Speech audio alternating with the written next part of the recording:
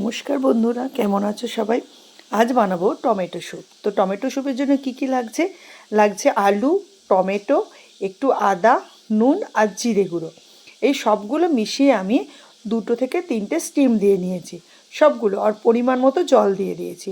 এবার স্টিম দেওয়া হয়ে যাওয়ার পর এটাকে নামাবো, নামিয়ে একটু ঠান্ডা করব।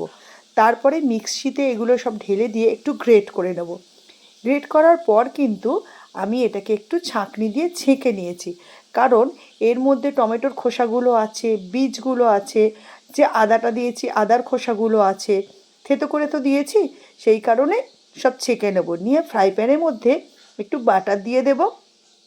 দিয়ে বাটারটা যখন মেল্ট হয়ে যাবে তখন যে মিক্সিতে স্যুপটা বানিয়ে রেখেছি ওইটা এর মধ্যে ঢেলে দেব। ঢেলে দেওয়ার পর এবার আপনাদের টেস্ট করে দেখতে হবে আপনারা কতটা টক খান। যদি মনে হয় না টক লাগছে না, কারণ সব টমেটো তো টক হয় না, তাহলে পারলে একটু ভিনিগার দিয়ে দেবেন, মানে প্লেন যে হোয়াইট ভিনিগার হয় ওটা 1 চামচে দিয়ে দেবেন। দিয়ে তাতে একটু সামান্য মিষ্টি দেবেন, দিয়ে খুব ভালো করে মিশিয়ে নেবেন। নিলেই কিন্তু তৈরি হয়ে যাবে একদম ঘরের তৈরি টমেটো স্যুপ। এটা খুব হেলদি, এটা আপনি বাচ্চা বয়স্ক সবাইকেই দিতে পারেন। এটা শুধুও যেমন খেতে ভালো লাগে, তেমনি কিন্তু পাউরুটির সঙ্গেও খেতে ভীষণ ভালো লাগে। বাড়িতে অবশ্যই একবার করবেন, আমাকে জানাবেন এটা কেমন হয়েছে। লাইক, শেয়ার, সাবস্ক্রাইব অবশ্যই করবেন। আর একটা করে কিন্তু কমেন্ট আমার চাই যে এটা কেমন রান্না হয়েছে। দেখুন দেখতে কেমন হয়েছে।